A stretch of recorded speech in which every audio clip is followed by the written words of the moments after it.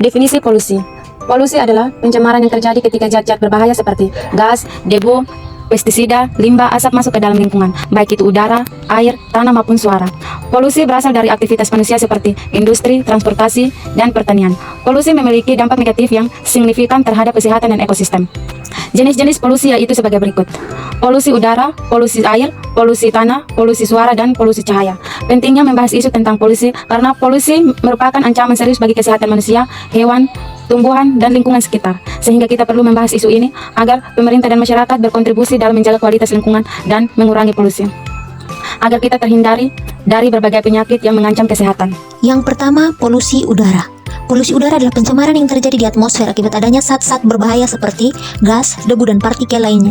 Polusi ini dapat berasal dari berbagai sumber dan memiliki dampak yang signifikan terhadap kesehatan manusia serta lingkungan. Sumber utama polusi udara. 1.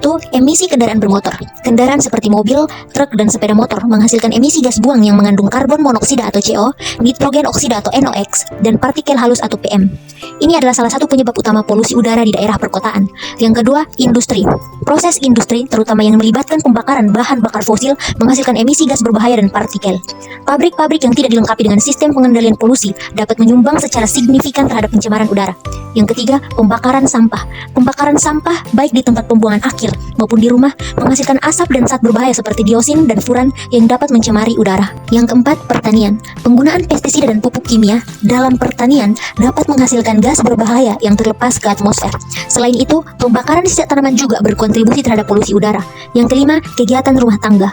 Penggunaan bahan bakar fosil untuk memasak dan pemanasan serta penggunaan produk pembersih yang mengandung bahan kimia dapat menghasilkan emisi yang mencemari udara di dalam dan di luar rumah. Dampak polusi udara. 1. Penyakit pernapasan. Paparan terhadap polusi udara dapat menyebabkan atau memperburuk penyakit pernapasan seperti asma, bronkitis, dan penyakit paru obstruktif kronis atau PPOK. Partikel halus dapat masuk ke dalam saluran pernapasan dan menyebabkan iritasi. 2. Penyakit kardiovaskular. Polusi udara juga berhubungan dengan peningkatan risiko penyakit jantung dan stroke. Zat berbahaya dalam udara dapat menyebabkan peradangan dan meningkatkan tekanan darah. 3. Kanker. Beberapa zat yang terdapat dalam polusi udara seperti benzena dan formaldehida telah diidentifikasi sebagai karsinogen yang dapat meningkatkan risiko kanker, terutama kanker paru-paru. 4. Dampak pada kesehatan mental. Penelitian menunjukkan bahwa polusi udara dapat berkontribusi terhadap masalah kesehatan mental, termasuk depresi dan kecemasan. 5. Perubahan habitat. Polusi udara dapat merusak habitat alami hewan, mengubah kualitas lingkungan yang mereka huni. Misalnya, pencemaran dapat mengubah komposisi tanah dan air yang berdampak pada ketersediaan makanan dan tempat berlindung. 6. Reproduksi yang terganggu. Beberapa studi menunjukkan bahwa polusi udara dapat mempengaruhi sistem reproduksi hewan, mengurangi kesuburan dan meningkatkan risiko cacat lahir pada keturunan. 7. Stres lingkungan. Tumbuhan yang terpapar polusi udara sering mengalami stres yang dapat mengurangi daya tahan mereka terhadap penyakit dan hama. Ini dapat mengakibatkan penurunan kualitas dan kuantitas hasil pertanian. Yang berikut materi tentang C. Polusi air. Polusi air adalah pencemaran yang terjadi ketika zat-zat berbahaya, baik kimia maupun biologis, masuk ke dalam sumber air seperti sungai, danau, dan laut, sehingga mengubah kualitas air dan membahayakan ekosistem serta kesehatan manusia. Yang berikut, sumber utama polusi air. Yang pertama, pembuangan limbah industri. Banyak industri membuang limbah cair yang mengandung bahan kimia berbahaya ke dalam badan air tanpa pengolahan yang memadai. Ini termasuk logam berat, bahan organik, dan zat beracun lainnya. Yang kedua, pertanian. Penggunaan pupuk dan pestisida yang berlebihan dapat mencemari air tanah dan badan air ketika hujan membawa bahan kimia tersebut ke dalam sistem air. Yang ketiga, sampah dan limbah rumah tangga. Pembuangan sampah sembarangan, termasuk plastik dan bahan organik, dapat mencemari sumber air. Limbah rumah tangga yang tidak diolah juga berkontribusi terhadap pencemaran. Yang keempat, kegiatan pertambangan. Proses pertambangan dapat mengakibatkan pencemaran air akibat limbah yang mengandung bahan berbahaya dan pengikisan tanah yang membawa partikel beracun ke dalam air. Yang kelima, pencemaran dari transportasi. Tumpahan minyak dari kapal dan kebocoran bahan bakar dari kendaraan dapat mencemari laut dan sungai, mengganggu ekosistem akuatik. Yang berikut, dampak polusi air. Yang pertama, dampak pada ekosistem. Polusi air dapat merusak habitat akuatik, mengurangi keanekaragaman hayati, dan mengganggu rantai makanan organisme air seperti ikan dan invertebrata, dapat mati atau mengalami gangguan reproduksi akibat zat beracun. Yang kedua, dampak pada kesehatan manusia. Air yang tercemar dapat menyebabkan berbagai penyakit termasuk diare, kolera, dan penyakit kulit. Paparan jangka panjang terhadap bahan kimia berbahaya dalam air dapat menyebabkan masalah kesehatan serius, termasuk kanker dan gangguan sistem saraf. Yang berikut adalah polusi tanah. Polusi tanah adalah pencemaran yang terjadi ketika bahan kimia berbahaya, limbah atau zat-zat lain yang tidak diinginkan masuk ke dalam tanah, mengubah kualitas tanah dan mengganggu ekosistem serta kesehatan manusia. Sumber-sumber pencemaran tanah. Yang pertama adalah limbah industri. Pembuangan limbah dari industri termasuk logam berat, bahan kimia beracun, dan limbah cair dapat mencemari tanah. Banyak industri tidak mengolah limbah dengan benar sebelum dibuang ke tanah. Yang kedua adalah pertanian. Penggunaan pestisida dan pupuk kimia yang berlebihan dapat menyebabkan akumulasi bahan berbahaya di tanah. Ini dapat mengubah struktur tanah dan mengurangi kesuburan. Yang ketiga adalah sampah rumah tangga. Pembuangan sampah sembarangan termasuk plastik dan bahan organik dapat mencemari tanah. Limbah yang terurai dapat melepaskan zat berbahaya ke dalam tanah. Yang keempat adalah kegiatan pertambangan. Proses pertambangan dapat menyebabkan pencemaran tanah akibat limbah yang mengandung bahan berbahaya dan pengikisan tanah. Yang kelima adalah tumpahan bahan kimia. Tumpahan bahan kimia dari kendaraan atau fasilitas penyimpanan dapat mencemari tanah di sekitarnya, mengganggu ekosistem lokal. Dampak polusi tanah. Yang pertama adalah dampak pada pertanian. Polusi tanah dapat mengurangi kesuburan tanah, mengganggu pertumbuhan tanaman, dan mengurangi hasil panen. Tanaman yang tumbuh di tanah tercemar dapat menyerap bahan berbahaya yang kemudian masuk ke dalam rantai makanan. Yang kedua, dampak pada kesehatan manusia. Paparan tanah yang tercemar dapat menyebabkan berbagai masalah kesehatan termasuk penyakit kulit, gangguan pernapasan, dan risiko kanker. Makanan yang ditanam di tanah tercemar juga dapat mengandung racun yang membahayakan kesehatan. Yang ketiga adalah dampak pada lingkungan. Polusi tanah dapat merusak ekosistem lokal, mengurangi keanekaragaman hayati, dan mengganggu habitat hewan. Tanah yang tercemar juga dapat mempengaruhi kualitas air tanah dan badan air di sekitarnya. Yang berikut polusi suara.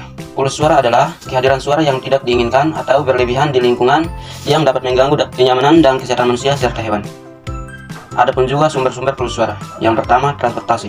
Seperti suara dari kendaraan bermotor, kereta api, dan pesawat terbang merupakan salah satu sumber-sumber polusi suara di daerah perkotaan. Yang kedua, industri. Seperti mesin dan peralatan yang di lingkungan dalam proses industri dapat menghasilkan suara bising yang signifikan. Yang ketiga, kegiatan konstruksi. Seperti pembangunan gedung dan infrastruktur seringkali melibatkan penggunaan alat berat yang menghasilkan suara keras. Yang keempat, acara publik. Seperti konser, festival, dan acara olahraga dapat menciptakan tingkat kebisingan yang tinggi. Dampak polusi suara. Yang pertama, kesehatan mental. Seperti paparan suara bising dapat menyebabkan stres, kecemasan, dan gangguan tidur. Ini dapat mempengaruhi kualitas hidup dan kesejahteraan psikologis individu. Yang kedua, kesehatan fisik. Seperti polusi suara telah dikaitkan dengan masalah kesehatan seperti peningkatan tekanan darah, gangguan pendengaran, dan risiko penyakit jantung. Paparan jangka panjang dapat menyebabkan efek kesehatan yang serius. Yang ketiga, perubahan perilaku. Seperti polusi suara dapat mengubah perilaku hewan termasuk pola makan, migrasi, dan reproduksi. Misalnya, hewan mungkin menghindari habitat yang bising yang dapat mengurangi ketersediaan makanan dan tempat berlindung.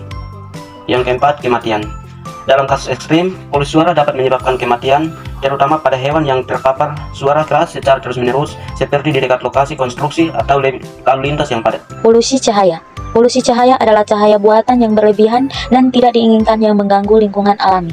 Polusi cahaya dapat disebabkan oleh pencahayaan yang salah arah, berlebihan, tidak efisien, atau tidak perlu. Sumber utama polusi cahaya meliputi 1. Penerangan jalan. Lampu jalan yang terlalu terang atau tidak terarah dapat menyebabkan pencemaran cahaya di area sekitarnya. 2. Lampu neon dan LED. Penggunaan lampu neon dan LED yang berlebihan di area komersial dan perumahan dapat mengabarkan cahaya ke langit malam. 3. Iklan pencahayaan. Billboard dan iklan yang menggunakan pencahayaan terang dapat berkontribusi pada polusi cahaya. 4. Penerangan bangunan. Penerangan eksterior bangunan yang berlebihan, terutama pada gedung tinggi, dapat mengganggu ekosistem malam. 5. Sumber cahaya dari kendaraan. Lampu depan kendaraan yang terang juga dapat berkontribusi pada polusi cahaya di jalan raya. Dampak polusi cahaya. 1. Gangguan pada siklus tidur. Banyak hewan, termasuk burung dan serangga, tergantung pada siklus cahaya alami untuk menentukan waktu tidur dan aktivitas. Polusi cahaya dapat mengganggu pola migrasi, reproduksi, dan perilaku berburu mereka. 2. Kesehatan ekosistem. Perubahan perilaku hewan akibat polusi cahaya dapat mempengaruhi rantai makanan dan keseimbangan ekosistem secara keseluruhan. 3. Kelelahan mata. Paparan cahaya yang berlebihan dapat menyebabkan kelelahan mata yang dapat mempengaruhi konsentrasi dan kewaspadaan pengendara. Ini sangat berbahaya bagi pengendara yang memerlukan fokus tinggi untuk menghindari risiko kecelakaan. Peran pemerintah dalam mengurangi polusi. 1. Regulasi dan kebijakan. pemerintah menetapkan undang-undang yang membatasi emisi dari industri dan kendaraan. Contohnya, penerapan standar emisi yang ketat di Uni Eropa untuk kendaraan bermotor yang bertujuan mengurangi polusi udara. 2. Investasi dalam infrastruktur hijau. Pemerintah berinvestasi dalam transportasi umum dan ruang terbuka hijau. Contohnya, Copenhagen, Denmark yang mengembangkan jalur sepeda dan sistem transportasi umum yang ramah lingkungan untuk mengurangi ketergantungan pada kendaraan pribadi. 3. Dukungan untuk teknologi bersih. Memberikan insentif bagi perusahaan yang menggunakan teknologi ramah lingkungan. Contohnya, Jerman yang memberikan subsidi untuk energi terbarukan seperti solar dan angin untuk mengurangi emisi gas rumah kaca. 4. Kampanye kesadaran. Pemerintah di Kanada telah meluncurkan kampanye untuk meningkatkan kesadaran masyarakat tentang dampak polusi cahaya dan mendorong penggunaan penerangan yang lebih ramah lingkungan. Peran masyarakat dalam mengurangi polusi. Yang pertama, partisipasi dalam program daur ulang. Masyarakat aktif dalam program daur ulang untuk mengurangi limbah. Contoh, San Francisco dan Amerika Serikat yang memiliki program daur ulang sampah. Yang kedua, penggunaan transportasi ramah lingkungan. Masyarakat memilih transportasi umum atau bersepeda. Contoh, inisiatif carpooling di berbagai kota besar di Amerika Serikat dan Eropa untuk mengurangi jumlah kendaraan di jalan. Yang ketiga, kesadaran dan edukasi. Masyarakat saling mendidik tentang pentingnya menjaga lingkungan. Kampanye kesadaran lingkungan yang dilakukan oleh komunitas lokal di berbagai negara maju untuk mengedukasi warga tentang pengurangan polusi. Contoh nyata dari kesadaran dan edukasi masyarakat dalam mengurangi polusi dapat dilihat di Swedia, di mana berbagai kampanye kesadaran lingkungan dilakukan untuk mendidik warga tentang pentingnya pengurangan limbah dan penggunaan energi terbarukan. Masyarakat terlibat aktif dalam program-program yang mempromosikan daur ulang dan pengurangan penggunaan plastik sekali pakai, serta berpartisipasi dalam inisiatif lokal untuk menjaga kebersihan lingkungan. Yang keempat, edukasi dan advokasi. Masyarakat dapat berperan dalam mengedukasi satu sama lain tentang dampak polusi cahaya.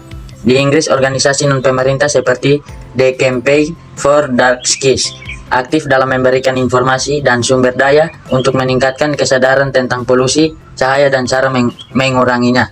Dari materi polusi yang sudah dijelaskan, dapat kami simpulkan bahwa mengatasi berbagai jenis polusi memerlukan kolaborasi antara pemerintah, industri, dan masyarakat. Upaya yang terintegrasi dan berkelanjutan sangat penting untuk menciptakan lingkungan yang lebih bersih dan sehat bagi generasi mendatang. Dengan menerapkan kebijakan yang tepat, menggunakan teknologi ramah lingkungan, dan meningkatkan kesadaran masyarakat, kita dapat menjaga lingkungan dan meningkatkan kualitas hidup. Inisiatif yang berhasil di berbagai negara menunjukkan bahwa tindakan kolektif dan menghasilkan perubahan positif yang signifikan.